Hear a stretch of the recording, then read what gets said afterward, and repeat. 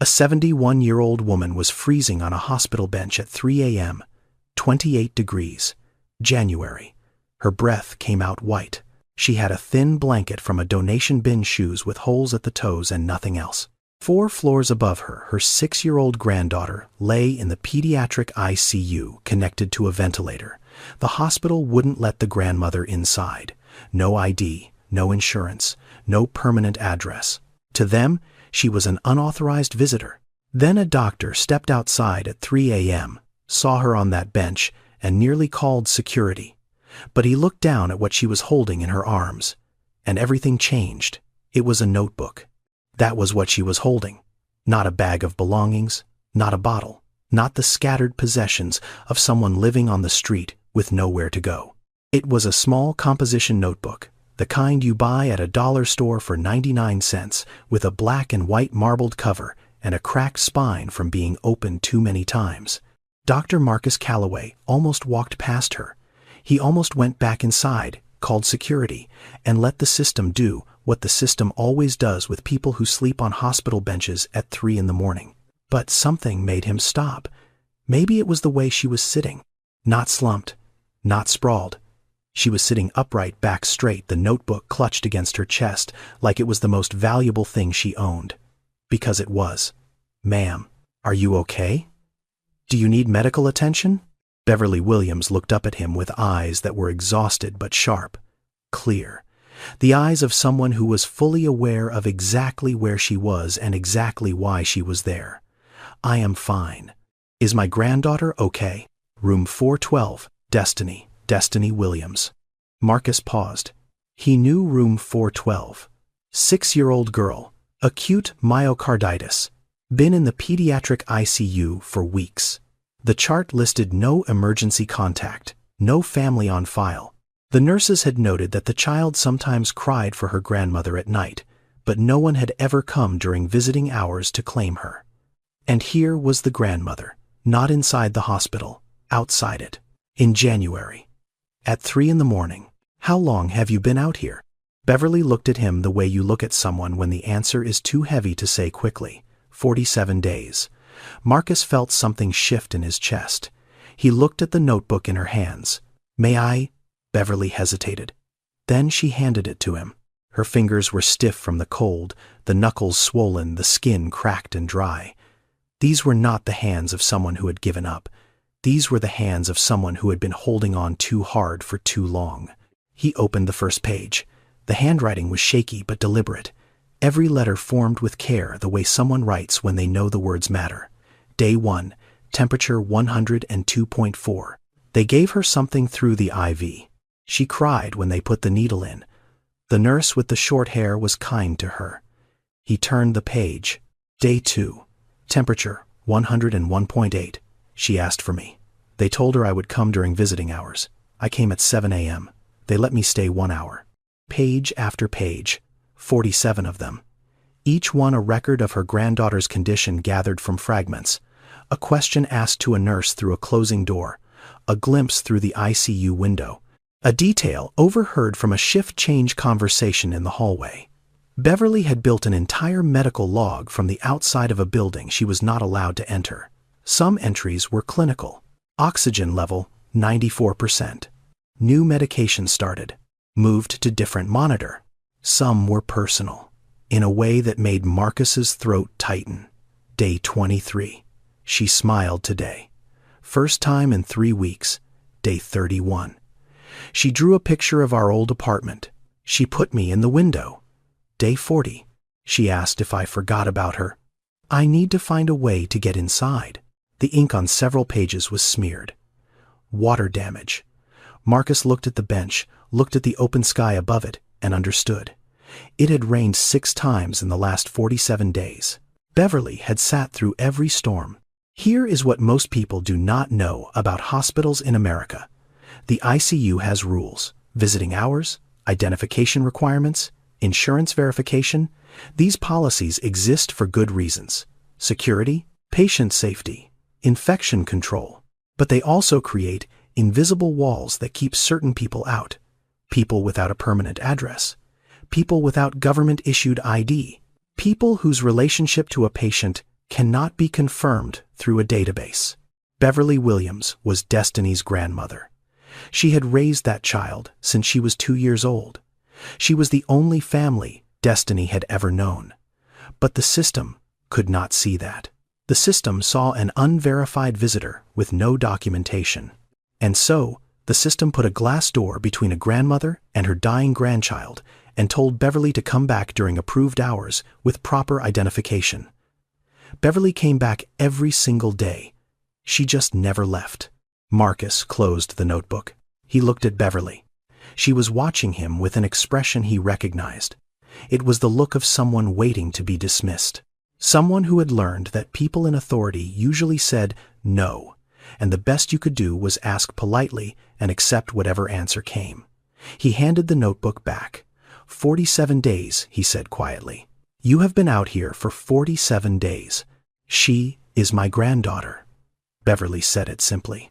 Like it explained everything. And it did. Beverly Williams had not chosen to be homeless. She had not chosen to lose her husband, her home, her savings. She had not chosen for her daughter to disappear into addiction or for her granddaughter to get sick. But she had chosen one thing every single day for 47 days. She had chosen to stay. To understand how Beverly ended up on that bench, you have to go back, not to the hospital, not even to the shelter. You have to go back 34 years to a classroom in West Baltimore, where a young woman named Beverly Turner, before she became Beverly Williams, stood in front of 23 four-year-olds on her first day as a preschool teacher. She was 22. She had just graduated from Coppin State with a degree in early childhood education and a belief deep and unshakable that every child deserved someone who showed up for them, not just sometimes, every day. That belief did not come from a textbook. It came from her own grandmother, Mama Lorraine, who had raised Beverly after her mother left. Mama Lorraine cleaned office buildings at night and braided hair on weekends, and never once let Beverly go to school without a pressed uniform and a packed lunch, even when the lunch was nothing more than a biscuit and a piece of fruit. You do not let a child see the struggle, Mama Lorraine used to say. You let a child see the love. Beverly carried that into every classroom she ever taught. For 34 years at Garrison Elementary, she was the teacher who stayed late, who learned every child's name by the second day, who kept a drawer full of clean socks and granola bars for the kids who came to school without breakfast. She married Raymond Williams when she was 28. A good man, quiet, worked for the city, drove a sanitation truck for 26 years. They bought a small row house on Reisterstown Road. Nothing fancy. 2 bedrooms, a narrow backyard, a kitchen where Beverly cooked Sunday dinner for whoever needed a plate. They had one daughter, Shanice, and Shanice broke their hearts. It started in high school. Painkillers after a sports injury. Then something stronger. Then something that swallowed her whole. Beverly and Raymond tried everything. Rehab 3 times. Family counseling. Tough love. Soft love. Prayer. Nothing held. Shanice would get clean for 6 months, relapse, disappear, come back thinner and harder, disappear again. When Destiny was born, Shanice was 23 and already too far gone to hold a baby steady. Beverly was in the delivery room. She cut the cord. She took Destiny home from the hospital 2 days later and never brought her back. Shanice signed informal custody papers. Not legal guardianship. Just a handwritten agreement notarized at a check-cashing store that said Beverly would care for Destiny until Shanice got better. Shanice never got better. Then Raymond got sick. Lung cancer. Stage 3 by the time they caught it. 8 months of chemotherapy. 3 surgeries. Raymond died on a Tuesday morning in October, holding Beverly's hand, whispering that he was sorry for leaving her with so much to carry. The hospital bills came to $187,000. Even with Medicare, even with the supplemental insurance, the out-of-pocket costs consumed everything. The savings account, the emergency fund, the small life insurance policy that was supposed to be Beverly's safety net. Beverly's teacher pension from the state of Maryland was $1,400 a month. Rent on the row house was $1,100. That left $300 for food, utilities, medicine, bus fare, Destiny's school supplies, and the minimum payments on medical debt that grew faster than she could touch it. She held on for 3 years. Cut everything she could. Stopped buying meat. Stopped turning on the heat until it dropped below 40 degrees. Wore the same 3 outfits in rotation. But $1,400 cannot cover the cost of staying alive in America when the system has already decided how much your survival is worth. The eviction notice came 6 months before Destiny got sick. Beverly packed their belongings into 13 garbage bags and a rolling suitcase with a broken wheel. She and Destiny moved into her car, a 2008 Honda Civic, with 231,000 miles on it.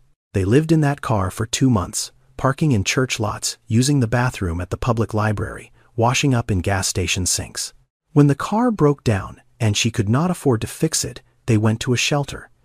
The shelter gave them a bed for 90 days.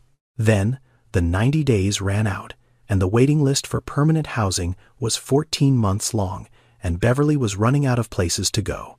But through all of it, every single day she made sure of one thing. Destiny's hair was braided. Her clothes were clean. Her homework was done. She carried a box of crayons everywhere she went because Destiny loved to draw, and Beverly believed that a child who could still draw was a child who still had hope.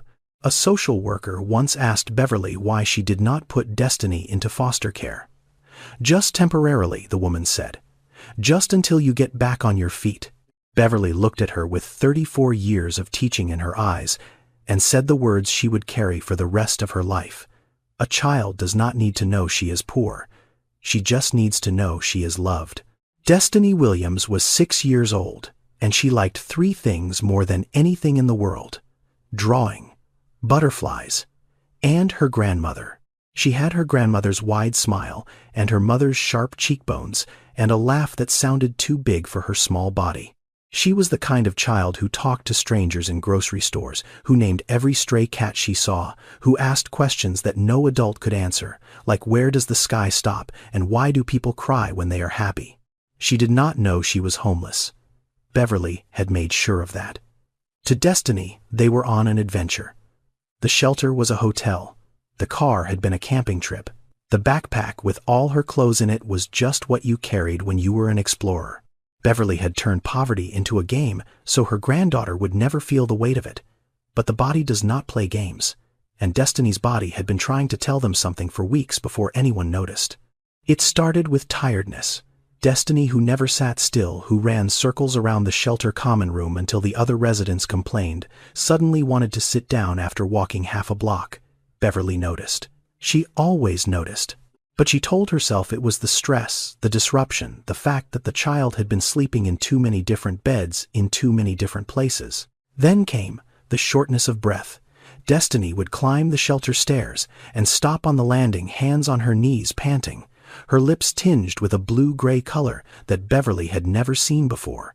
Then the fall. They were in the shelter's common room on a Thursday afternoon. Destiny was coloring at a table. She stood up to show Beverly. Her drawing took 2 steps and collapsed, just dropped, like someone had pulled the ground out from under her. Her breathing was rapid and shallow. Her skin was gray. Her small hands were ice cold.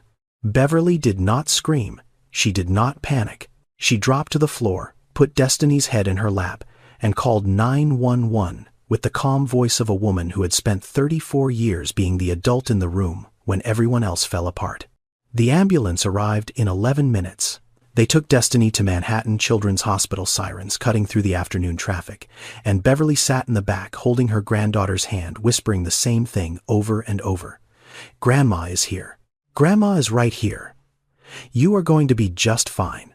At the hospital, everything moved fast. Too fast.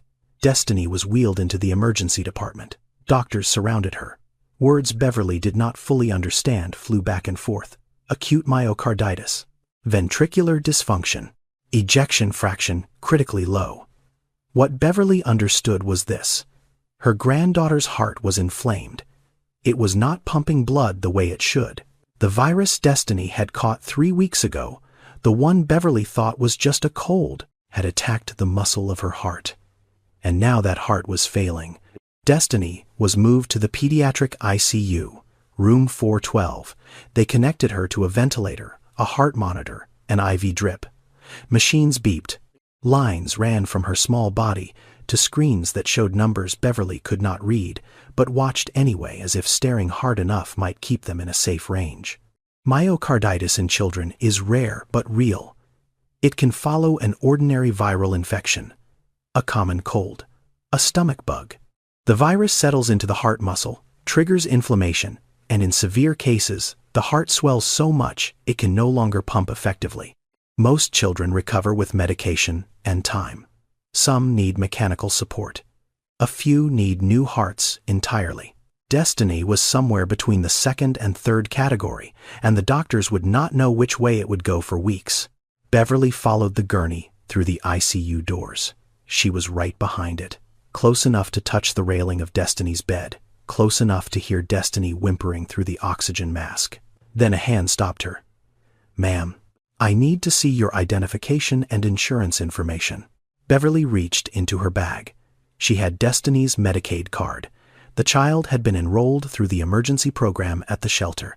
But when the registration clerk asked for Beverly's own ID, her own address, her own proof of legal relationship to the patient, Beverly had nothing the system could verify. No current government ID. Her old Maryland license had expired 2 years ago. No permanent address. No formal guardianship papers. Just a crumpled notarized note from a daughter who had not been seen in 18 months. The clerk typed something into the computer, made a phone call, then looked up at Beverly with an expression that was not unkind, but was very, very firm. "I am sorry, ma'am. Until we can verify your relationship to the patient, we can only allow supervised visits during regular visiting hours. 7 a.m. to 8 a.m. and 5 p.m. to 6 p.m. 2 hours a day, out of 24. That was what the system had decided Beverly deserved. She could hear Destiny through the glass, small, frightened, calling out the only word that mattered. "Grandma, Grandma, where are you?" Beverly stood on the other side of the ICU door. She pressed her palm flat against the glass. And through that glass, she could see Destiny in the bed, small and tangled in wires, reaching her hand out toward the door.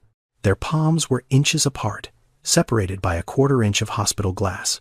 One hand old and weathered, the other barely bigger than a playing card. That glass door became Beverly's entire world. And for the next 47 days, she never left the other side of it. Beverly's days had a rhythm. Not the rhythm of someone living, the rhythm of someone waiting. She woke at 5 every morning on that bench, same bench. Third one from the main entrance, the one partially covered by the awning so the rain only hit her legs instead of her whole body. She folded the donation blanket into a neat square and tucked it into her plastic bag. Then she smoothed her coat, fixed her hair with a comb she kept in her pocket, and walked 4 blocks to the subway station on Lexington Avenue, not to ride the train, to use the bathroom.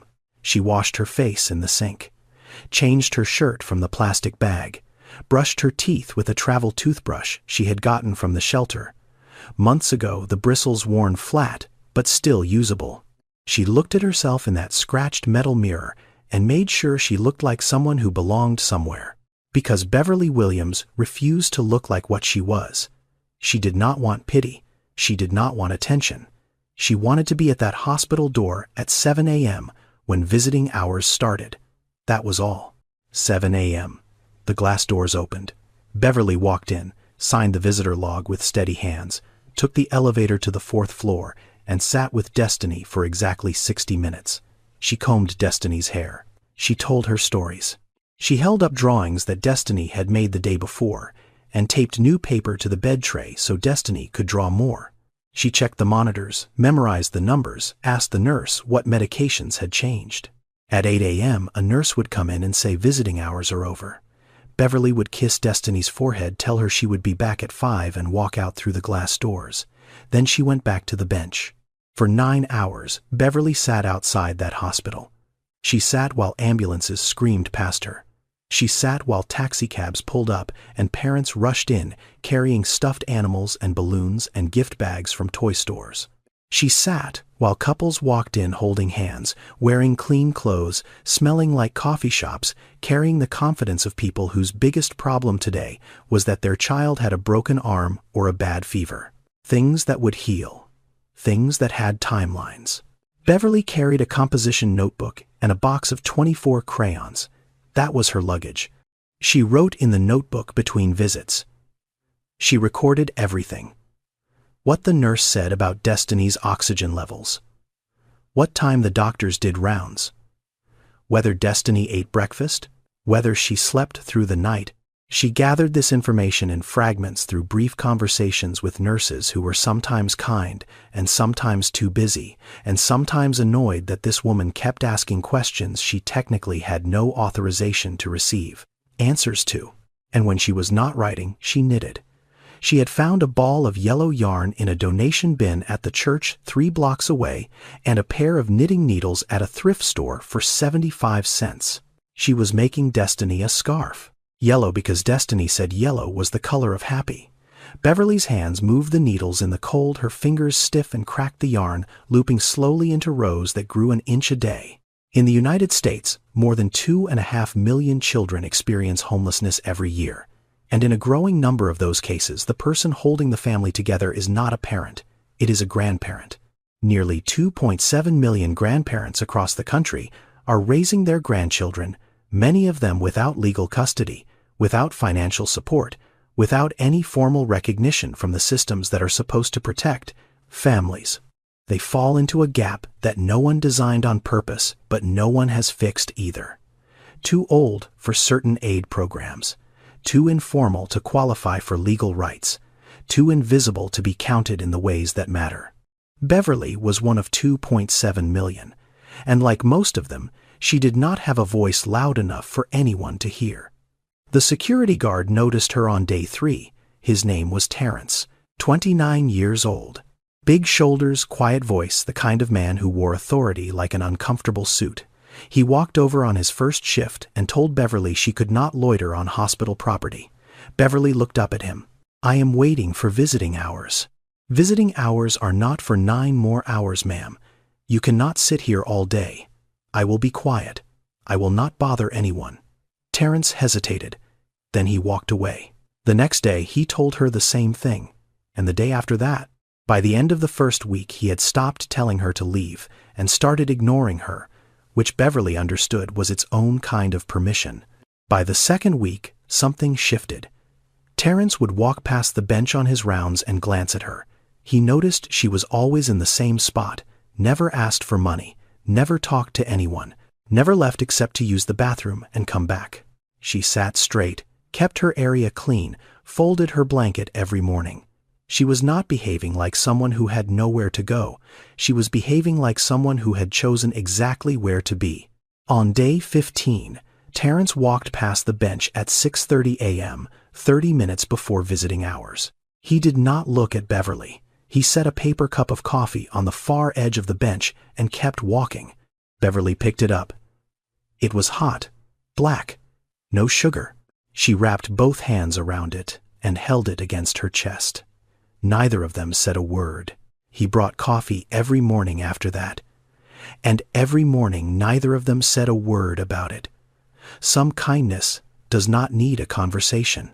It just needs a cup and the willingness to see someone who the rest of the world has decided not to look at. Now, to understand what happened next, you need to understand the man who found Beverly at 3 a.m. Because Dr. Marcus Calloway did not stop at that bench by accident. He stopped because something in that image broke through the wall he had been building around himself for years. Marcus Calloway was 38 years old. Pediatric ICU attending at Manhattan Children's Hospital, board certified, published, respected by his colleagues. The kind of doctor whose name appeared on the top of patient satisfaction surveys and at the bottom of research papers. On paper, he was everything a doctor should be. In reality, he was falling apart. He had not slept more than 4 hours a night in 3 months. His marriage was held together by logistics, not love. His wife, a corporate attorney, had stopped asking him when he was coming home because the answer was always later. They communicated through text messages about grocery lists and who was picking up their daughter from daycare. They slept in the same bed, but might as well have been in different buildings. Marcus did not become a doctor because he wanted to.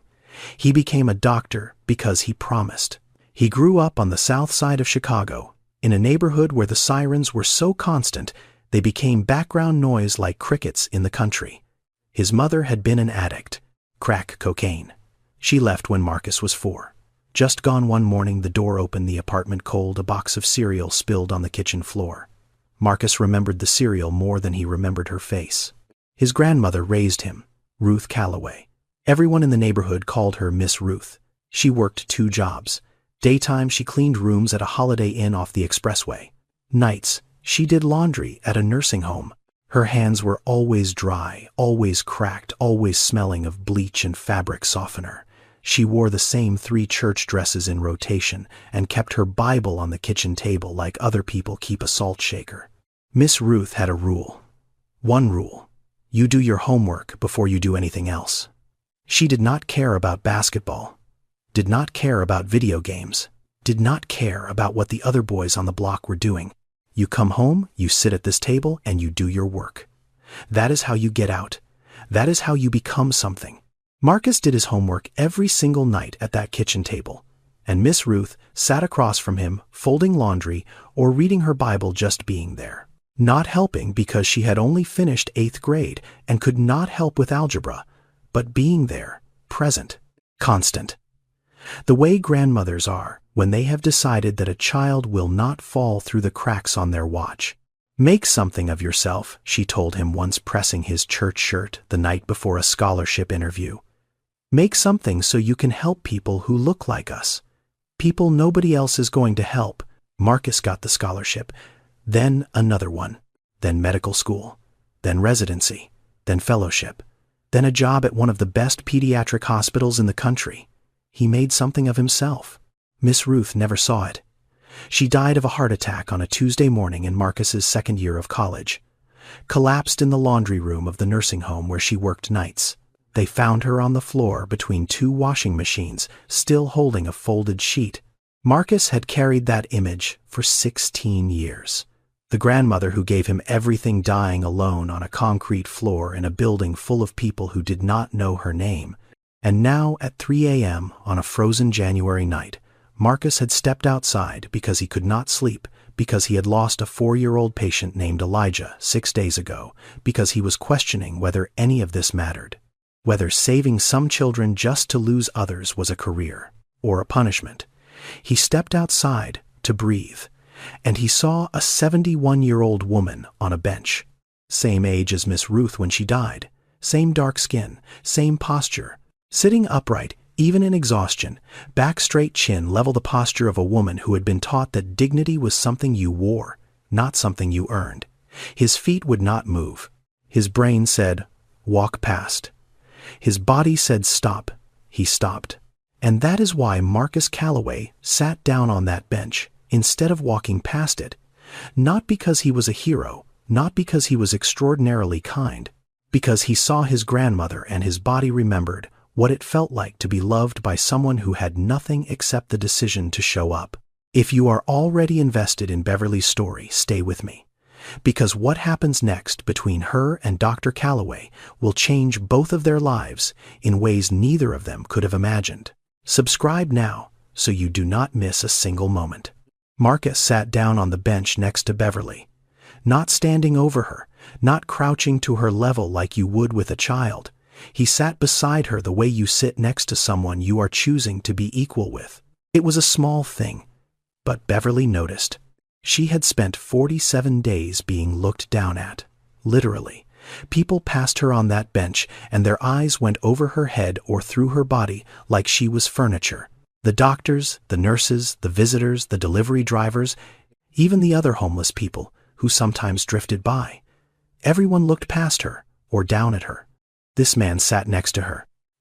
I am one of her doctors, Marcus said. Room 412. Destiny Williams. Beverly's whole body changed. Her shoulders came forward. Her hands tightened on the notebook. Her eyes, which had been guarded and still, suddenly flooded with everything she had been holding back for 47 days. Is she okay? Is she worse? They changed her medication on Tuesday. The new one. Is it working? She has been coughing more at night. I can hear it sometimes from outside when the windows are cracked. Is that the infection? Or the fluid? Marcus stared at her. This woman, on a bench, in 28-degree weather, was asking clinical questions.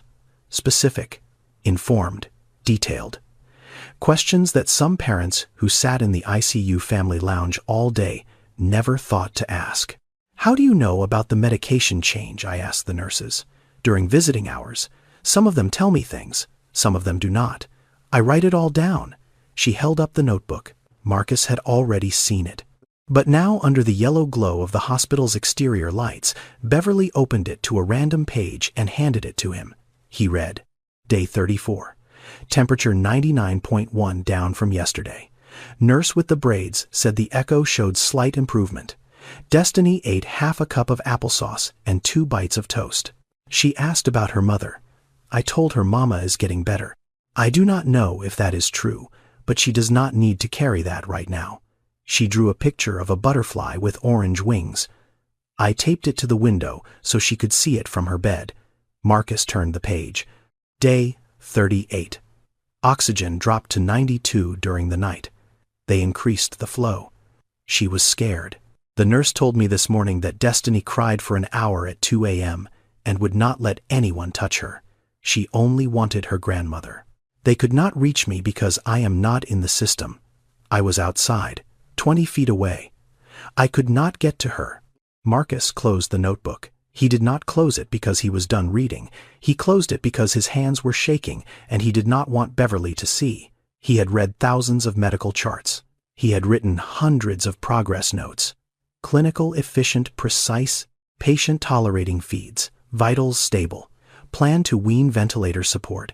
But he had never read anything like this notebook. Because this was not a medical chart. This was a grandmother's love translated into data.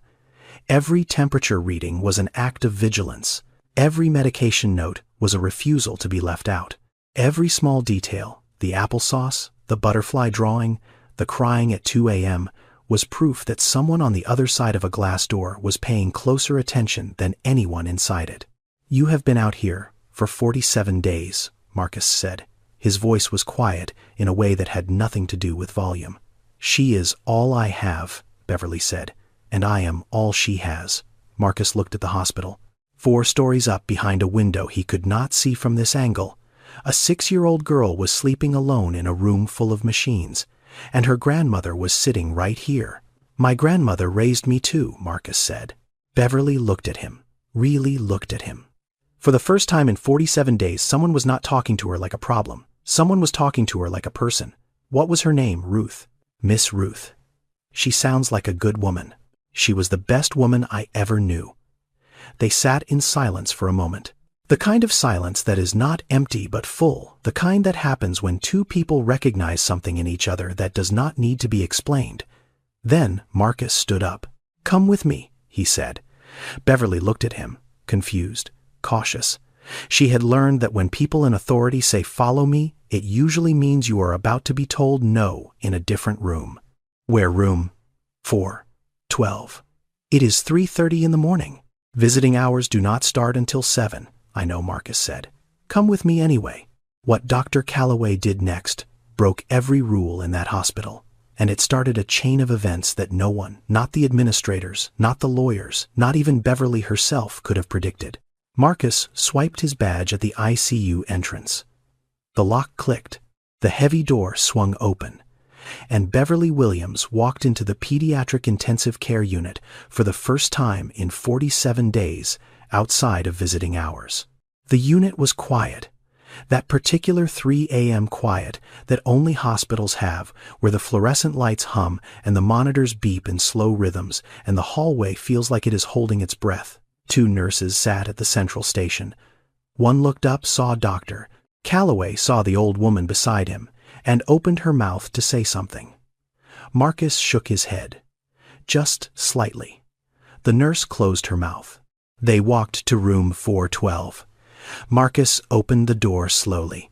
The room was dim, lit only by the glow of monitors and a small nightlight shaped like a moon that one of the nurses had brought from home because Destiny was afraid of the dark. Destiny was asleep. Small and still under a white hospital blanket, her braids fanned out on the pillow, her chest rising and falling in time with the ventilator's rhythm. Wires ran from her chest to machines. An IV line snaked from her left hand. She looked fragile in the way that only sick children look fragile, as if the weight of the sheets might be too much. Beverly stopped in the doorway. She did not rush in. She stood there, one hand gripping the doorframe, and just looked at her granddaughter. Not through glass, not from a bench 4 stories below. She looked at Destiny the way you look at something you thought you might never see again up close. Then she walked to the bed. She sat in the chair beside it, and she reached out and took Destiny's hand. It was the first time she had touched her granddaughter in 47 days without a sheet of glass between them. Beverly's hand, rough and cold and cracked from weeks of sleeping outside, wrapped around Destiny's small, warm, IV-bruised fingers. Beverly did not cry. She did not make a sound. She just held that hand and closed her eyes and began to hum, low, barely audible, a melody that Marcus did not recognize, but that Destiny's body seemed to know. Because something changed on the monitors. Marcus saw it happen. The heart rate, which had been fluctuating between 95 and 115 for days, began to settle. It dropped to 88, then 84, then held steady at 82. The most stable reading the child had shown in 47 days. There is research on this. Real published peer-reviewed research. Studies have shown that the presence of a familiar caregiver, particularly one with a strong emotional bond to the patient, can stabilize heart rate, lower cortisol levels, reduce agitation, and improve recovery outcomes in critically ill children. The body recognizes safety before the mind does. And Destiny's body recognized her grandmother's hand, her grandmother's voice, her grandmother's specific and irreplaceable presence. The machines knew what the system did not. This woman belonged here. Marcus stood in the doorway and watched. He did not interrupt. He did not check the monitors up close. He did not do anything medical at all. He just let a grandmother hold her granddaughter's hand in a dark room at 3:30 in the morning. He stood there for 15 minutes. Then he heard footsteps behind him. Nurse Patricia Goodwin, 55 years old, 31 years in pediatric nursing. She had seen everything. Every kind of parent, every kind of loss, every kind of miracle. She ran the night shift with precision and rules and an iron commitment to protocol that had earned her the respect of every doctor in the unit and the fear of every new resident. She looked past Marcus into room 412. She saw Beverly. She saw the hand-holding. She saw the monitors. She did not need Marcus to explain. She could read the numbers. She could see the heart rate.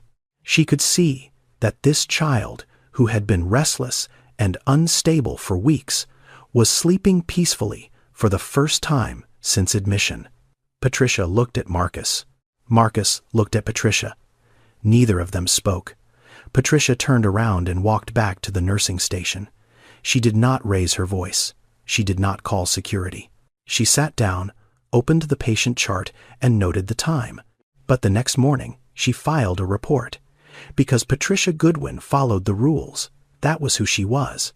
And the rules said that an unverified visitor in the ICU at 3:30 a.m., regardless of the outcome, was an incident that required documentation. She did it without anger. She did it without malice. She did it because she believed that systems only work when people follow them. And she was not wrong about that. But she was not entirely right either. Because sometimes the system is the problem, and sometimes the people who break the rules are the only ones who see it. The call came at 7:15 a.m. Marcus had not slept. He was still in his scrubs from the night before, sitting in the break room with a cold cup of coffee, Kana living playing the image of Beverly holding Destiny's hand in that dark room, the heart monitor settling, the humming, the quiet. His phone buzzed. Conference room B. Now, he knew what it was about. He had known since Patricia walked away from that doorway without a word. He had known, and he had done it anyway. The conference room was small and windowless. 3 people were already seated when Marcus walked in. Richard Davenport, the hospital administrator, 58 years old, gray suit, reading glasses, perched on his nose, the kind of man who had spent his career making sure institutions ran smoothly and lawsuits did not happen. Karen Mitchell, head of legal, younger, sharper, a yellow legal pad already covered in notes. And Dr. Adais Okonkwo, chief of pediatrics, 62 years old, silver-haired, sitting at the far end of the table with her hands folded and her expression unreadable. Dr. Calloway Davenport began. At approximately 3:30 this morning, you used your employee badge to grant access to the pediatric ICU to an individual who is not listed as an authorized visitor, family member, or legal guardian of any patient on this floor. Is that correct? Yes, Marcus said. Karen leaned forward. The individual in question is Beverly Williams. She has no verified legal relationship to the patient in room 412. No current government-issued identification. No permanent address. She is, for all legal purposes, an unverified stranger. She is that child's grandmother, Marcus said. She has been raising her for 6 years. We have no documentation confirming that, Karen said. She has 47 days of documentation confirming that. Davenport removed his glasses and set them on the table. Dr. Calloway, you brought an unverified individual into a pediatric intensive care unit at 3:30 in the morning, without authorization, without security clearance, without informing the charge nurse. Do you understand the liability implications? I understand that a 6-year-old girl has been in that unit for 47 days without a single family visit outside of 2 restricted hours, Marcus said. I understand that her grandmother has been sleeping on a bench outside this hospital in January because our system will not let her through the door. And I understand that last night, when that woman held her granddaughter's hand for the first time in 47 days, that child's cardiac function improved more in 1 hour than it has in 3 weeks of our protocols. That is not a medical justification for a security breach, Karen said. It is a medical observation, Marcus replied. The room was quiet for a moment. Davenport looked at Karen. Karen looked at her legal pad. Neither of them looked at Dr. Okonkwo, who had not said a single word since Marcus walked in. There is a growing body of research, and this is not opinion, but peer-reviewed evidence published in journals that every doctor in this room has read, showing that family presence in pediatric ICUs improves outcomes. Lower rates of delirium, reduced length of stay, better cardiac stability, fewer complications. Hospitals across the country are moving toward open visitation models in their pediatric units because the data is clear. Keeping families out does not protect patients. It harms them. Marcus knew this. He had read the studies. He had cited them in grand rounds presentations. But knowing something in an academic context and acting on it at 3:30 in the morning with your career on the line are 2 very different things. Davenport spoke again. Dr. Calloway, regardless of the clinical outcome, you violated hospital policy. This will be formally documented. You will receive a written reprimand.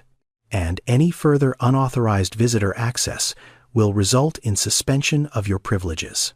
Is that clear? Yes, Marcus said. It is clear. The meeting appeared to be over.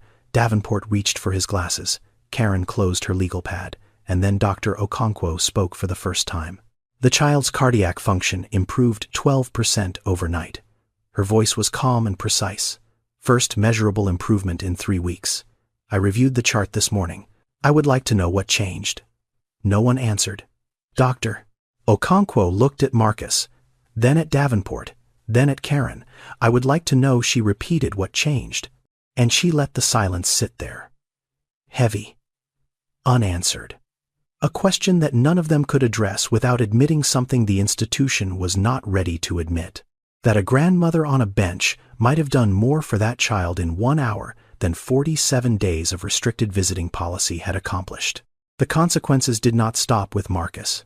They rolled downhill the way consequences always do in systems designed to protect themselves, and they landed on the person who had the least power to absorb them.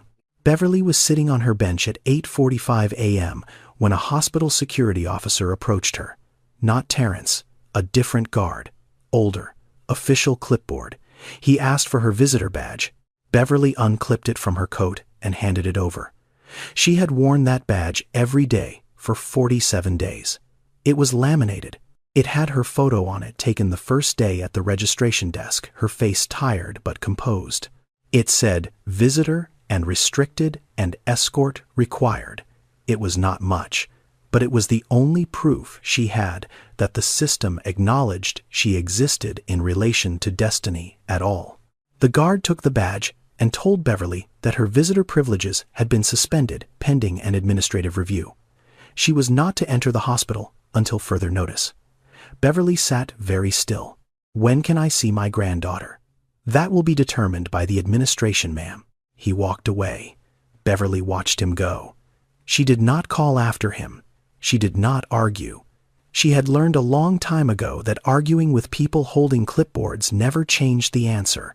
It just made them write something down about you. 3 days later, the letter came. It was addressed to Beverly Williams' care of Manhattan Children's Hospital, which was the only address anyone had for her. A nurse who had grown fond of Beverly brought it outside and handed it to her quietly. The letter was from the New York City Department of Human Services. It was printed on official letterhead, dense with legal language, paragraphs that ran long and used words Beverly recognized individually, but not in the combinations they were arranged in. Adjudication, petition, custodial determination, welfare assessment. But she understood enough. She understood the phrase removal of custody. She understood the phrase foster care placement. She understood the phrase in the best interest of the child. DHS had opened a case. Someone somewhere in the chain of reports that followed the incident had flagged the situation.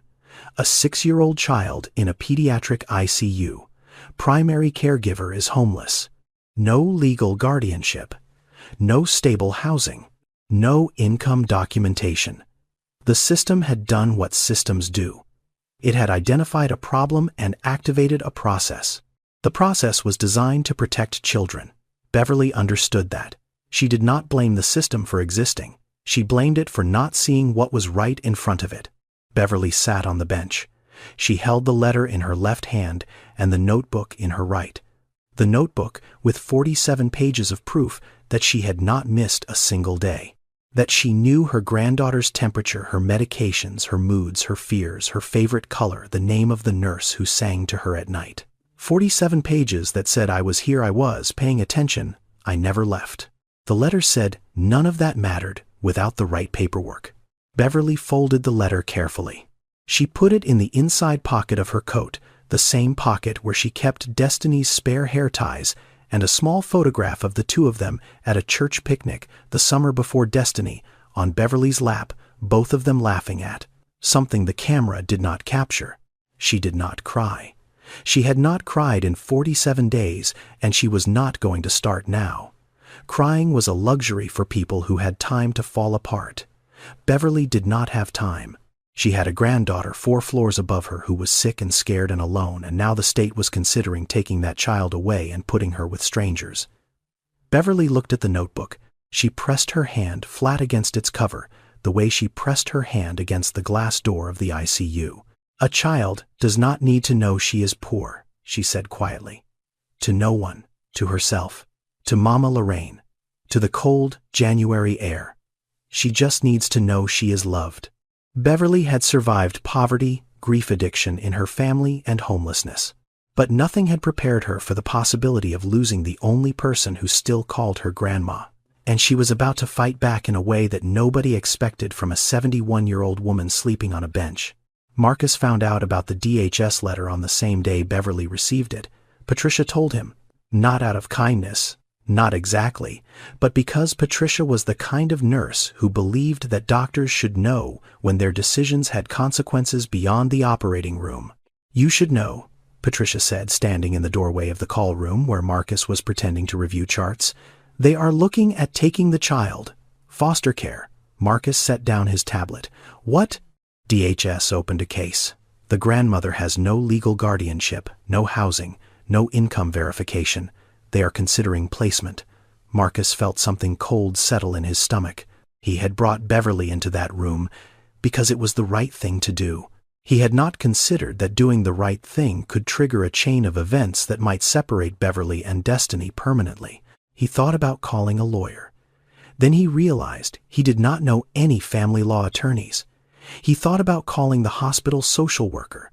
Then he realized the hospital social worker was probably the one who had filed the report that triggered the DHS review in the first place. Then he thought about legal aid. The Legal Aid Society of New York City has existed for over 140 years. It is the oldest and largest provider of free legal services in the country. They handle more than 300,000 cases a year: housing disputes, immigration hearings, criminal defense, and family law. Custody battles for people who cannot afford a private attorney, which in New York City means most people. Marcus called them at 4 in the afternoon. By 5:30, he was on the phone with a woman named Denise Okafor. Denise was 34, a family law attorney. She had grown up in the foster care system herself, bounced between 6 homes before aging out at 18, put herself through college and law school on scholarships and sheer refusal to be defined by her circumstances. She specialized in kinship custody cases, grandparents raising grandchildren, aunts raising nieces, the informal family arrangements that hold communities together, but that the legal system treats as invisible. "Tell me about the grandmother," Denise said. Marcus told her everything: the bench, the 47 days, the notebook, the heart rate improvement, the DHS letter. Denise was quiet for a moment. "You said she kept a notebook every day for 47 days, medications, temperatures, behavioral observations. She recorded everything." "That notebook," Denise said, "slowly is the best evidence of caregiving I have ever heard described in a custody case. Most of my clients are lucky if they can produce a school enrollment form. This woman built a medical log from the outside of a building." They met the next day. Marcus, Denise, and Beverly sitting on that same bench because Beverly had nowhere else to go, and Denise was not the kind of lawyer who needed a conference room to do her job. Denise looked through the notebook, page by page. She asked Beverly questions. Not legal questions. Human questions. Who enrolled Destiny in school, Beverly? Who took her to the doctor for checkups, Beverly? Who braided her hair and packed her lunch and walked her to the bus stop every morning, Beverly? Who sat with her when she had nightmares, Beverly? Who knew that Destiny's favorite color was yellow and her favorite food was applesauce, and she was afraid of the dark, Beverly? Here is what most people do not understand about guardianship in America. Millions of grandparents are raising their grandchildren. About 2.7 million of them, according to the Census Bureau. But the majority of these arrangements are informal. No court order. No legal paperwork. Just a grandmother who stepped in when a parent could not. And because there is no legal documentation, these grandparents exist in a gray zone. They cannot make medical decisions. They cannot enroll children in school without jumping through bureaucratic hoops. They cannot sign permission slips or access school records or authorize emergency treatment. And when the state comes looking, they have no legal standing to say this child is mine. Beverly had raised Destiny for 6 years without a single piece of official paper confirming what everyone in her life already knew. Denise began building the case. She pulled Destiny's school records from PS 47 in Baltimore, where Beverly had enrolled her. Attendance records showing Beverly signed Destiny in and out every day. Emergency contact forms listing Beverly as primary guardian. A letter from Destiny's first-grade teacher saying that Miss Williams is the most involved and dedicated caregiver I have encountered in 12 years of teaching. She pulled medical records, every well child visit, every vaccination, every sick visit, Beverly's name on every form, Beverly's signature on every consent. She gathered character references.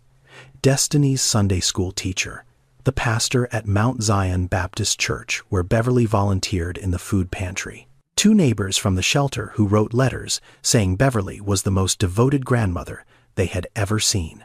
A former colleague from Garrison Elementary who had known Beverly for 28 years and described her as the kind of woman who never stopped showing up for children. And then Shanice appeared. Not in person, by phone. DHS had contacted her as the biological parent, as they were legally required to do. Shanice was in a residential treatment facility in upstate New York. 6 months into a 12-month program. She was sober. She was trying. But she was not ready, and she knew it. Denise spoke with Shanice for 45 minutes. It was a difficult conversation. Shanice loved her daughter. She said that. She said it 3 times. But she also said the truest thing she had ever said. My mama is Destiny's mother.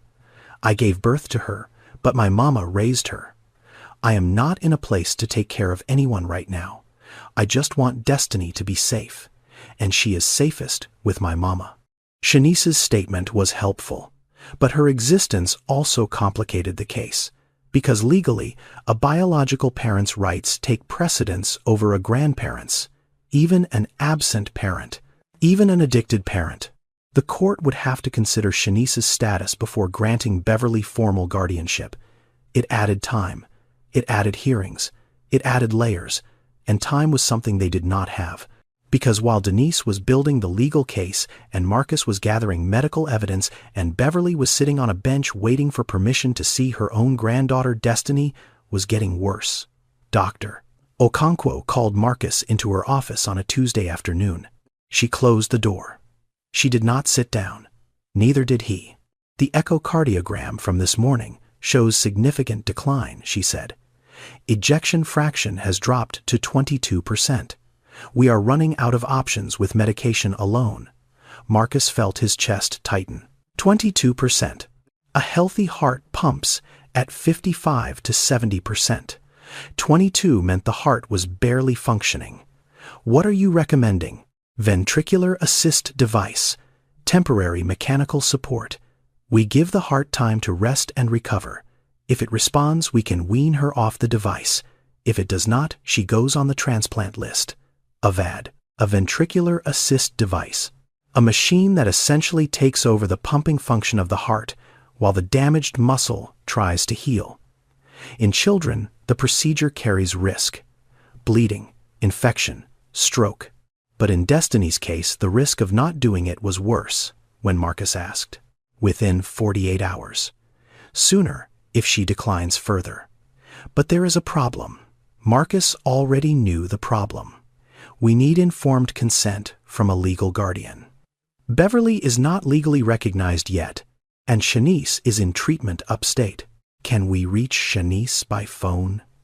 We tried. The facility has restrictions on outgoing communication. Her counselor says she may be available Thursday, but Thursday might be too late. This is where the law and medicine collide in the ugliest possible way. A child is dying. A procedure exists that could save her. A grandmother is sitting 20 feet away who would sign any paper, agree to any risk, do anything to save that child's life. But the law does not recognize her hand as the hand that can hold the pen.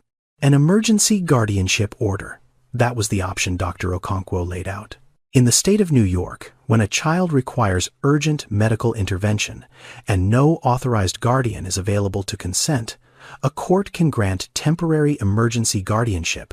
The process is designed to move fast, 24 to 72 hours.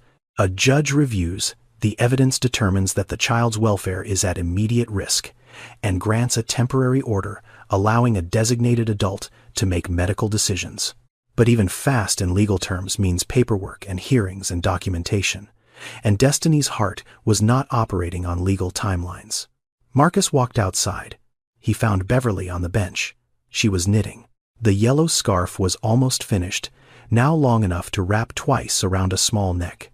He sat down next to her. Destiny needs a procedure, he said, a device to help her heart.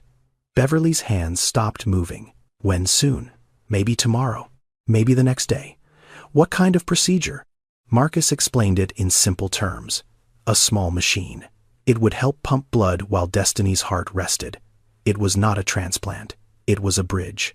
A way to buy time. Beverly listened. She did not interrupt. When he finished, she asked the question she already knew the answer to. They need me to sign for it. Yes, and they will not let me. Not yet. We are working on it. There is a court process. Emergency guardianship. It can happen quickly. Beverly looked up at the hospital. 4 floors. Room 412. Somewhere behind that glass, her granddaughter's heart was failing. She set down the knitting needles. She stood up. She walked to the ICU entrance. The glass door was locked, as always. Beverly pressed her palm flat against it. The same gesture, the same glass, the same hand. But this time, Destiny was not pressing back from the other side. Destiny was in a bed connected to machines, her small heart struggling to do the one job it was designed to do. Beverly stood there with her hand on the glass and spoke to a granddaughter who could not hear her. "Hold on, baby. Grandma is coming. I just need them to let me in." The hearing was scheduled for 9 a.m. the next morning. Emergency session, family court, downtown Manhattan. Denise had filed the petition at 6 p.m., and the court had expedited it because a child's life was on the line and the clock was not waiting for anyone. Beverly arrived at 8:15. She was wearing the best clothes she had, a pair of black slacks that she had kept folded at the bottom of her plastic bag for months, creased from storage but clean, a white button-down shirt that the shelter manager had lent her that morning when Beverly explained where she was going. The shirt was slightly too big. Beverly had rolled the cuffs twice to keep them from covering her hands. She had combed her hair and pinned it back. She had cleaned her shoes with a wet paper towel in the subway bathroom. She looked like what she was, a 71-year-old woman who had spent 47 nights on a bench and was now standing in a courthouse trying to prove she deserved to take care of the child she had already been taking care of for 6 years. The courtroom was small, not like the courtrooms on television. No jury box, no gallery full of spectators. Just a judge's bench, 2 tables, a court reporter, and fluorescent lighting that made everyone look slightly unwell. Denise sat at one table with Beverly. At the other table sat the DHS attorney, a man named Gerald Watkins, mid-40s organized professional doing his job. Not a villain, just a man with a file and a legal obligation to argue that Beverly Williams did not meet the state's criteria for custodial fitness. Judge Vivian Harper entered. 60 years old, silver reading glasses. She moved with the efficient calm of someone who had seen thousands of these cases and understood that behind every file number was a family being pulled apart. "Counselor," the judge said to Denise. "Present your petition." Denise stood. She was precise and focused the way lawyers are when they know the evidence is strong but the stakes are too high for confidence. "Your Honor, my client Beverly Williams is petitioning for emergency temporary guardianship of her granddaughter Destiny Williams, age 6, currently in the pediatric ICU at Manhattan Children's Hospital. Destiny requires an urgent medical procedure, a ventricular assist device implantation. Without a legal guardian's consent, the hospital cannot proceed. Destiny's biological mother, Shanice Williams, is currently in a residential treatment facility and cannot be reached in the required timeframe. Miss Beverly Williams has been Destiny's primary and sole caregiver for 6 years." Denise placed the notebook on the table. This is a 47-day record of Miss Williams's daily documentation of her granddaughter's medical condition, written from outside the hospital, where Miss Williams was denied entry due to lack of formal identification and housing. I also submit school enrollment records, medical visit records, character references from educators, clergy, and community members, and a written statement from Destiny's biological mother confirming Miss T.F.T.H. Williams as primary caregiver." Gerald Watkins stood. "Your Honor, DHS acknowledges Miss Williams's involvement in the child's life. However, the petitioner is currently without stable housing, without verifiable income, and without any prior legal recognition of guardianship. The department's concern is whether the petitioner can provide adequate long-term care given her current circumstances." Denise responded, "Your Honor, we are not asking for permanent custody today. We are asking for emergency temporary guardianship so that this grandmother can authorize a procedure that may save her granddaughter's life. The question before this court is not whether Miss Williams has a house. It is whether she has been this child's parent in every meaningful sense of the word." Judge Harper looked at the notebook. She picked it up. She opened it to the first page and began reading. The courtroom went quiet. Not the uncomfortable silence of waiting, the heavy silence of something being weighed. Beverly watched the judge turn the pages. Page after page, 47 of them. Each one written in Beverly's shaking hand. Each one a day she showed up when the system told her she did not belong. The judge paused on a page. She read it again. Then she looked up. "Miss Williams, would you like to address the court?" Denise leaned toward Beverly and whispered that she did not have to speak, that the evidence was strong, that sometimes it was better to let the paperwork talk. Beverly stood up anyway. She did not have a speech. She did not have notes. She had her hands folded in front of her, and her voice, which was steady, in the way that only comes from having nothing left to lose except the one thing that matters. "Your Honor, I do not have a house. I do not have a car. I do not have insurance. But I have 47 days of sitting outside that hospital because I could not leave her alone in there. I have 6 years of making sure she ate before I ate, slept before I slept, smiled before I worried about anything else. I do not know the legal words for what I am to that child, but destiny knows. She calls me Grandma, and Grandma never leaves." She paused, not for effect, because she was trying not to let her voice break. "My granddaughter is upstairs in that hospital right now, and her heart is giving out, and the doctors need someone to say, 'Yes, go ahead, save her.' I am that someone. I have always been that someone. I am just asking you to let me be that someone on paper too." Beverly sat down. Judge Harper removed her glasses. She set them on the bench. She looked at Beverly for a long moment. Then she looked at the notebook one more time. "This court grants emergency temporary guardianship of Destiny Williams to Beverly Williams, ineffective immediately. Miss Williams is authorized to make medical decisions on behalf of the minor child. A full custody hearing will be scheduled within 30 days. She paused. "Miss Williams, get to that hospital." Beverly did not shout. She did not cry. She did not collapse into relief the way people do in movies.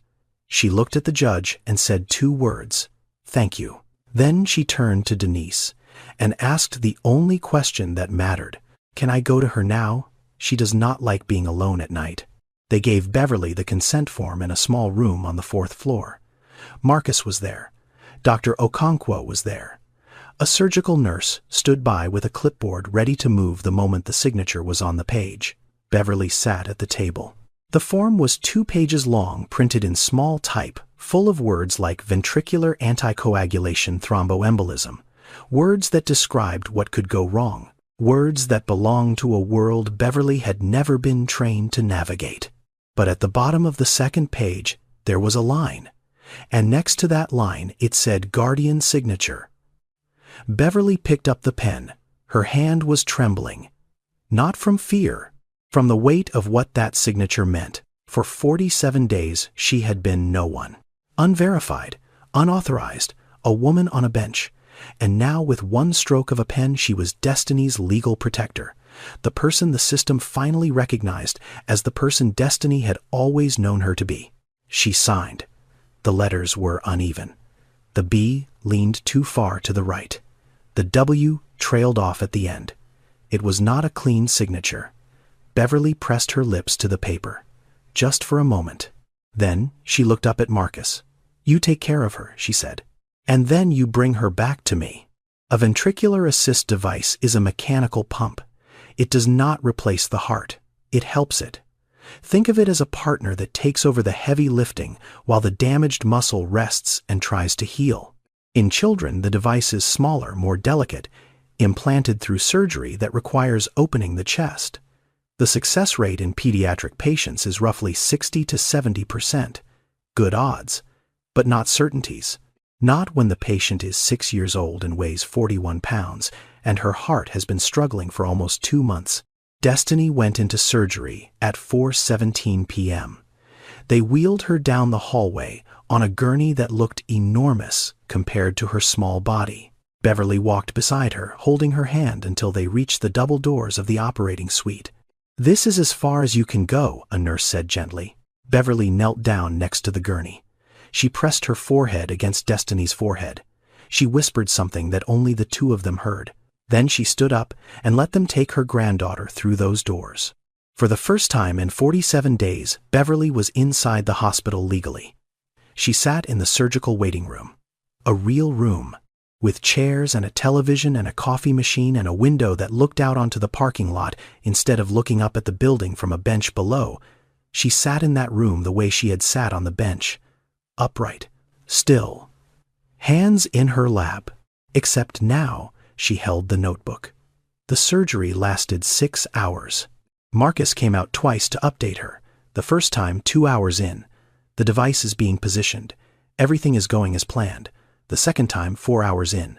The heart is responding well to the support. We are closing up soon. At 9:30 p.m., Terrence appeared in the doorway of the waiting room. He was off duty. He was wearing street clothes. He held a paper bag with a sandwich and a cup of coffee. He set them on the chair next to Beverly. Beverly looked at him. "I am sorry I used to chase you away," Terrence said. "I did not know." Beverly picked up the coffee, held it in both hands the way she always did. "You were doing your job," she said. "I was doing mine." Terrence nodded. He stood there for a moment. Then he turned and left without another word. At 10:41 p.m., Marcus came through the door a third time. He was still in his surgical gown. His eyes were tired, but he was smiling. "She is out. The device is working. Her numbers are already improving. She is going to recovery now. You can see her in about an hour." Beverly opened the notebook to page 48. A blank page. She picked up her pen, and she wrote, "Day 48. Surgery is done. They say she is going to be okay. I am inside the hospital. I am going to hold her hand tonight. She does not have to be alone anymore." She closed the notebook. She held it against her chest. And for the first time in 47 days, Beverly Williams cried. Not the quiet tears of someone holding it together. Not the polite tears of relief. These were the deep, shaking, whole-body sobs of a woman who had carried an impossible weight across an impossible distance and had finally been allowed to set it down. Destiny woke up 12 hours later. The room was quiet. Morning light came through the window. The machines beeped their steady rhythm. The ventilator had been adjusted. She was breathing more on her own now, the device in her chest, doing the work her heart could not yet do alone. Beverly was in the chair beside the bed. She had not moved. She had not slept. She was holding Destiny's hand the same way she had held it that first night Marcus brought her in. The same steady grip. The same stillness. Destiny's eyes opened. Slowly. Blinking against the light. Confused the way children are when they wake up in hospitals surrounded by machines, uncertain of where the dream ended and the waking began. She turned her head. She saw Beverly. Her eyes went wide. "Grandma, I am here, baby. You are inside, I am inside. I am right here." Destiny's fingers tightened around Beverly's hand. Her bottom lip trembled. Not from pain, from something bigger than pain. "You did not leave. I never left. I was right outside the whole time." And then Destiny said something that Beverly was not expecting. Something that changed the weight of every single one of those 47 days. "I know," Destiny whispered. "I could see you from the window. Every day." Beverly's breath caught. She stared at her granddaughter. "What?" "The window in my room. It faces the front of the hospital. I could see the bench. I could see you sitting there. Every morning when I woke up, I looked out the window and you were there. And every night, before I fell asleep, I looked and you were still there." Beverly's hand was shaking. "Destiny, why did you never tell the nurses? Why did you not ask them to let me in?" Destiny's voice was barely audible. "Because I was scared that if I told them they would make you go away. They would move you somewhere I could not see you. And I needed to see you, Grandma. Even if I could not touch you. I needed to know you were there." A 6-year-old girl had been protecting her grandmother the same way her grandmother had been protecting her. From opposite sides of a window. One keeping watch from a bench below. The other keeping watch from a bed above. Both holding on to the only thing they had left, which was the knowledge that the other one was still there. Still close, still refusing to leave. Beverly pulled Destiny's hand to her lips and held it there. She did not speak. There was nothing left to say that had not already been said through 47 days of silence, 47 pages of notes, and 47 nights of choosing not to leave. What happened next inside that hospital was not a miracle. It was not a fairy tale ending brought about by a wealthy stranger or a sudden windfall of cash. It was something slower, quieter, and in many ways more meaningful. It was a policy change. Dr. Okonkwo brought the data to the medical board 2 weeks after Destiny's surgery. She did not make an emotional argument. She made a clinical one. She presented Destiny's case numbers, the 47 days of restricted visiting, the stagnant cardiac function during that period. Then the night Beverly was present. 12% improvement in ejection fraction, stabilized heart rate, reduced agitation, improved sleep patterns, and after Beverly was granted legal access and remained at bedside, continued steady improvement, leading to successful device implantation and early signs of cardiac recovery. One patient, Dr. Okonkwo, told the board, "One case. I am not claiming this is a clinical trial, but I am asking you to look at what we already know from the research and tell me why we are not acting on it." She cited the studies, published peer-reviewed in journals that every member of that board had read at some point in their careers. Research from institutions across the country showing that unrestricted family presence in pediatric ICUs leads to better clinical outcomes, lower rates of delirium, shorter hospital stays, reduced medication needs, improved patient satisfaction, lower parental anxiety, which in turn reduces cortisol exposure for the child. The major pediatric hospitals that had already moved to open visitation models were seeing the results, not in theory, in practice, in real numbers, in real children who recovered faster because the people who loved them most were allowed to be in the room. Our current policy, Dr. Okonkwo said, treats family as a disruption.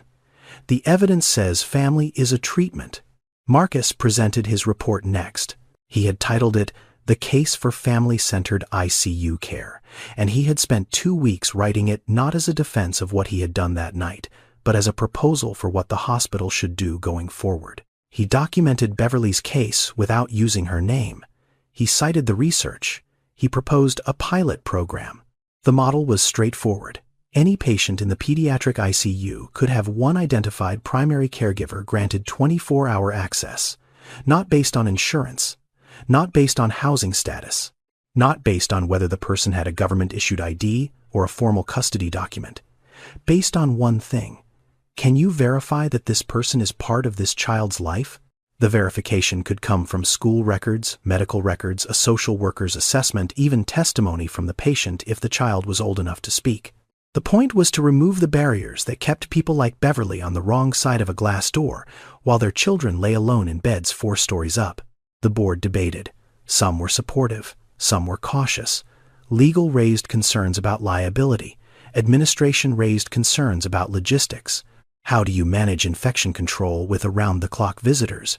What about security? What about the other patients? And then Nurse Patricia Goodwin stood up. Nobody had expected that. Patricia was the one who had filed the report.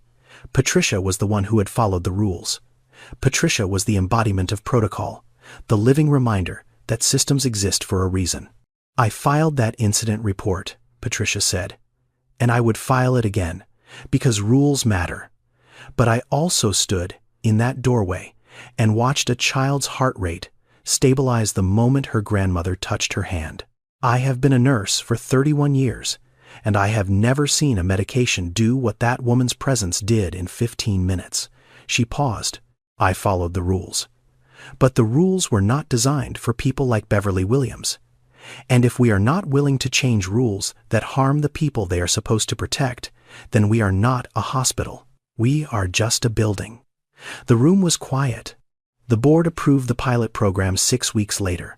Manhattan Children's Hospital became one of the first in the state to implement a caregiver access policy that did not require proof of insurance, proof of housing, or formal legal documentation. It required proof of relationship, proof that someone cared enough to show up. The medical community began to take notice. Not because of one viral story or one billionaire's donation, but because the data supported what Beverly Williams had demonstrated with nothing but a notebook and a bench.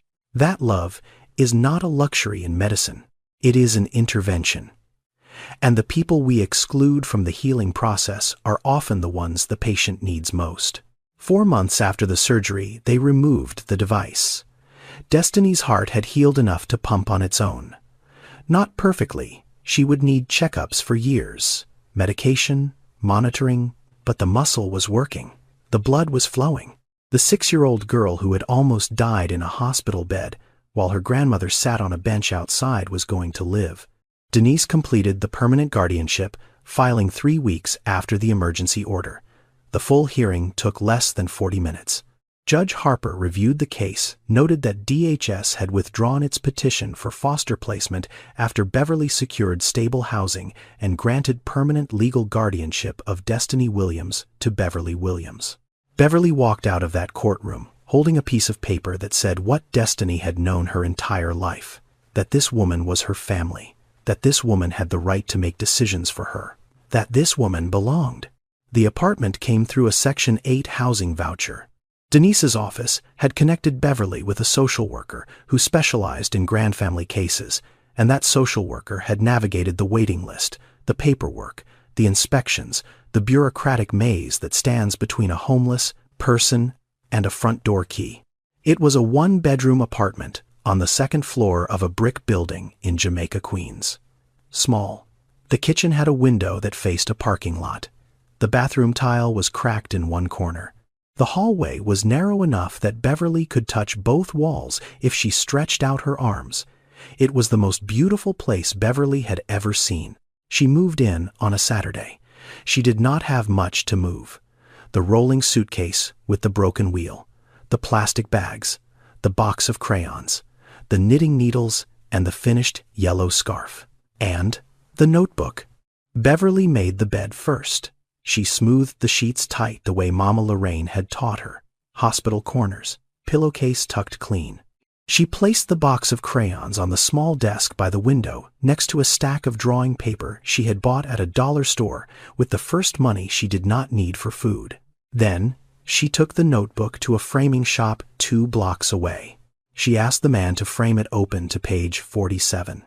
He looked at the page, looked at Beverly, and did not charge her. She hung it on the wall above the kitchen table. The handwriting was shaky. The ink was smeared in places from rain. But the words were clear. Day 47. They let me in today. I held her hand. She is going to be okay. We are going to be okay. Destiny came home from the hospital on a Wednesday. She walked through the front door slowly, still weak, still careful, her chest sore from the surgery scar that was fading but not gone. She looked around the apartment. She touched the wall. She looked at the kitchen. She looked at the bedroom. She looked at the crayons on the desk. Are we home, Grandma? We are home, baby. Beverly did not become wealthy. There was no surprise inheritance. No lottery ticket. No billionaire stepping in with a check. She lived on $1,400 a month from Social Security. Destiny was covered by Medicaid. The rent was subsidized. The groceries came from careful budgeting and the food pantry at Mount Zion Baptist, where Beverly had started volunteering again. It was not a fairy tale. It was a Tuesday, but it was theirs. 1 year after the night he found Beverly on that bench, Marcus Calloway stood in the lobby of Manhattan Children's Hospital next to a new sign. It was small, tasteful, mounted on the wall beside the information desk. The Ruth Calloway Family Bridge Program, connecting families to housing, legal aid, and social services. Because no one should have to choose between being with their child and having a place to sleep. He had named it after his grandmother, the woman who worked 2 jobs and died on a laundry room floor and never got to see what her grandson became. Marcus had spent 16 years carrying the guilt of not being there when Miss Ruth collapsed. He had spent 16 years trying to make something of himself the way she asked. And for the first time standing in that lobby, looking at her name on a wall, in a hospital where families would be helped because of what she taught him, he felt like he had actually done it. The program was simple. When a child was admitted to the pediatric ICU and the family was identified as housing insecure or lacking legal documentation of guardianship, a social worker from the Family Bridge team would intervene immediately. Not after discharge, not after the crisis, during it. They connected families with emergency housing, with legal aid attorneys who could file guardianship petitions, with food assistance and transportation vouchers, and the 100 small things that fall apart when you are spending every hour of every day trying to keep a child alive. Marcus ran the program alongside his clinical duties. It was more work. It was always more work. But it was the kind of work that made the rest of it bearable.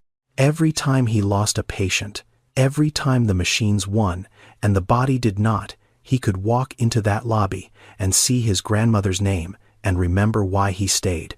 Beverly was the program's first volunteer. She came to the hospital every Tuesday and Thursday. Not to the ICU, to the lobby. She sat in a chair near the entrance with a cup of coffee and a composition notebook, and she waited for the people the system was about to overlook. She could spot them instantly. The grandmother in the hallway, who looked like she had been sleeping in her car. The grandfather pacing outside the ICU door at 2 a.m. The aunt who had driven 4 hours and did not know how to ask for a visitor badge. Beverly saw them because she had been them. She would walk over, sit beside them, and say the same thing Marcus had said to her on that bench a year ago. "I know how this feels. Let me help." She showed them how to talk to the nurses, how to ask for the social worker, how to keep a notebook because documenting your child's condition gives you something to hold on to when everything else is falling apart. She connected them with Denise at Legal Aid. She told them about Section 8 and Medicaid and the grand family support programs that most people had never heard of. And sometimes when a grandmother was sitting outside a hospital at night because the system would not let her through the door, Beverly would sit beside her and say the words that Mama Lorraine had passed to her that she had carried through poverty and grief, and 47 nights on a bench. A child does not need to know she is poor. She just needs to know she is loved. And love means showing up every single day. Marcus watched Beverly work from across the lobby one afternoon. He watched her hand a notebook to an elderly man who had been sleeping in the waiting room for 3 nights. He watched her explain the visiting policy in simple terms. He watched her put her hand on the man's shoulder and say something that made him nod and sit up straighter. He thought about Miss Ruth, about the folded sheet they found in her hands, about the kitchen table where he did his homework every night, about the promise he made and the long, winding, painful road it took to keep it.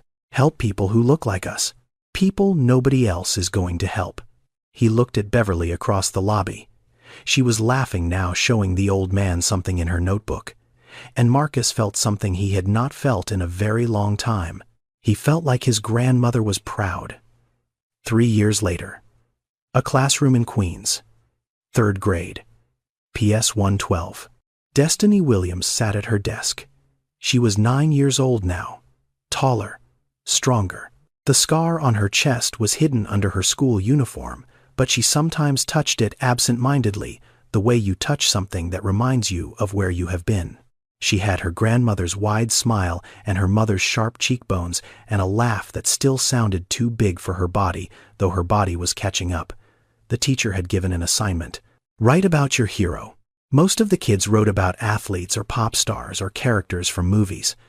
One boy wrote about his father, who was a firefighter. One girl wrote about her older sister, who had taught her to ride a bike. Destiny wrote about a notebook. My grandma did not have a house, but she had a notebook.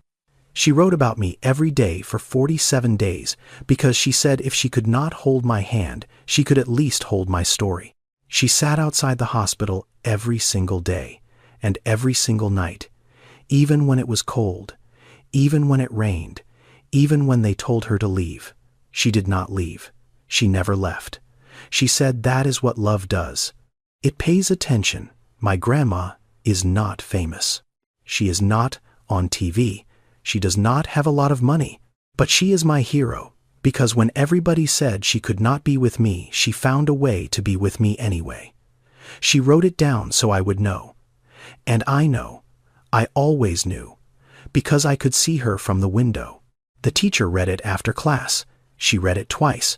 Then she put it in an envelope and sent it home with a note that said, "This is the most beautiful thing a student has ever written in my classroom." Beverly read it at the kitchen table that night while Destiny was doing homework in the bedroom. She read it once. Then she held the paper against her chest, the way she used to hold the notebook against her chest on that bench. The same gesture. The same quiet weight of being seen by the one person whose eyes mattered most. Somewhere in a small apartment in Queens, a 74-year-old woman is making dinner for a 9-year-old girl. The notebook sits on the wall in a frame. Page 47 is open.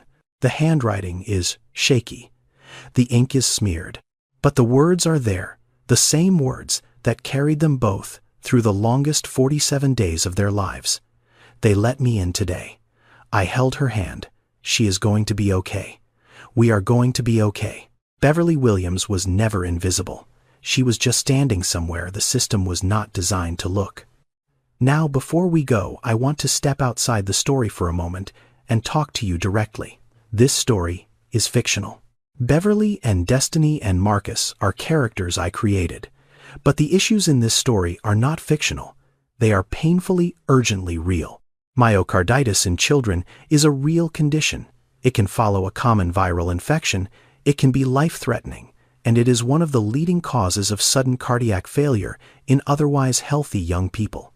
The grandfamily crisis is real. Right now today, nearly 2.7 million grandparents in America are raising their grandchildren, many of them without legal custody, without financial support, without anyone in the system acknowledging that they are doing the hardest and most important job there is. The debate over ICU visiting policies is real. Hospitals across the country are still figuring out how to balance security and infection control with the growing evidence that family presence improves outcomes. Organizations like Generations United are fighting every day for grandfamilies to be recognized and supported. The Legal Aid Society provides free legal help to people who cannot afford an attorney. The National Alliance for Children's Grief supports families navigating loss and illness. These are real organizations doing real work. If this story moved you, look them up. I wrote this story because I keep thinking about all the Beverly Williamses out there right now. Grandmothers sleeping in cars on benches, in shelters just to stay close to the people they love.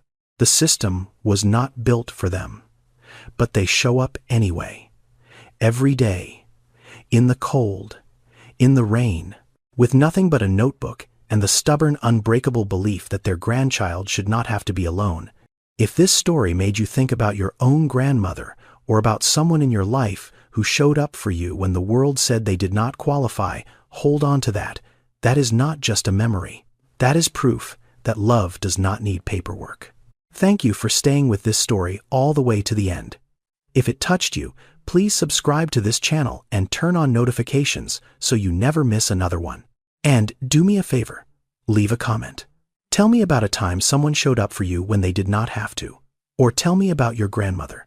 I read every single comment. And if you know a grandparent raising a grandchild right now, share this video with them. They need to know they are not alone. Until next time, take care of each other, especially the ones the system forgets. Because sometimes the most powerful thing you can do for someone is just to stay.